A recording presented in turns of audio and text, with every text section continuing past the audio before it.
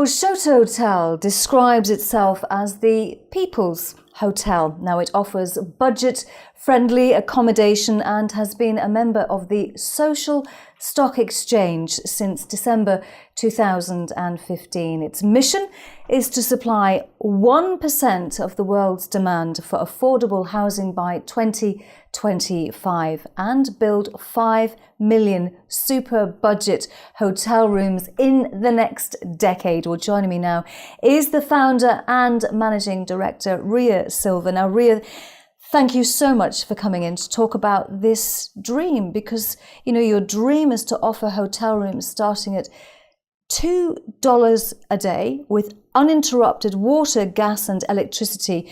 But I'm guessing that this is an offering I'm not going to see in the capital cities of Tokyo, New York and London yet. Good morning, Sarah. Thank you for having me today. And I think when you speak about super budget in any category, people automatically, they don't ever imagine a price point of $2 a night.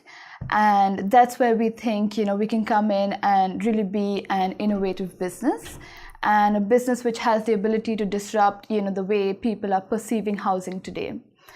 The current statistic is that in spite of the supply in the market, over the next 10 years, there will be a gap of 440 million households, which will affect 1/3 of the urban population.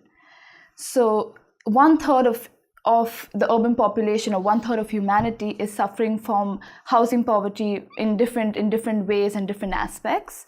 When you say that, it is not in capital cities like Tokyo, New York, London, I would have to disagree with you. I think housing poverty exists in different forms and are camouflaged in different ways. Sure, in a lot of emerging markets and in developing countries, you have people on the road, or people living in slums and, in very, very unsanitary conditions. But housing poverty exists I've been living in London for the past 6 to 7 months now, and I've seen a lot of, young professionals, a lot of adult families living in, one household under the same roof. To me, that is a sort of housing poverty. People are spending 60 to 70% of their average income on housing poverty. If a problem affects 1/3 of, the urban population, it's obvious that some kind of innovation needs to be, needs to happen. So but that's where Chototel comes in. Okay, but I'm just thinking about the name hotel, because hotel to me means short-termism. So what I'm trying to get my head around is hotel, affordable accommodation, short-termism.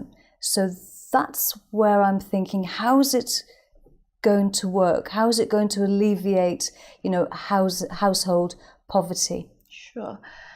Our product is for the aspirational and evolving customer, those who are at the bottom of the pyramid and are affected by severe societal disadvantages. So I do see, Chototel is a niche between social housing and rental housing and a super budget hotel. I think that the reason we've positioned our brand like a small hotel is because it has a greater sense of arrival and joy when people come and stay with us, as opposed to calling it social housing, where there's a lot of stigma attached and, a lot of not so much joy in social housing. Okay, but there isn't things like cleaners going in and cleaning rooms, is there, and fresh linen coming on a daily basis? Is it more sort of self-catering? Exactly.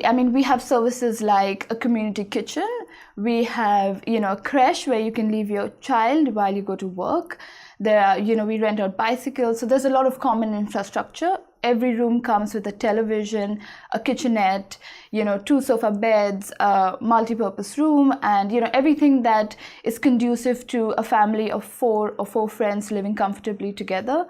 But no frills like, room service or housekeeping. Okay, yeah. I understand, because I understand that there is a pilot project ongoing at Nagothane near Mumbai. So how is that going? How many sort of residents do you have, and is it $2? per day. Yeah, that's absolutely right. We are launching with our first project early next month. It's in the south of Mumbai in India. And these rooms do start at $2 a night and can be shared by up to 4 people.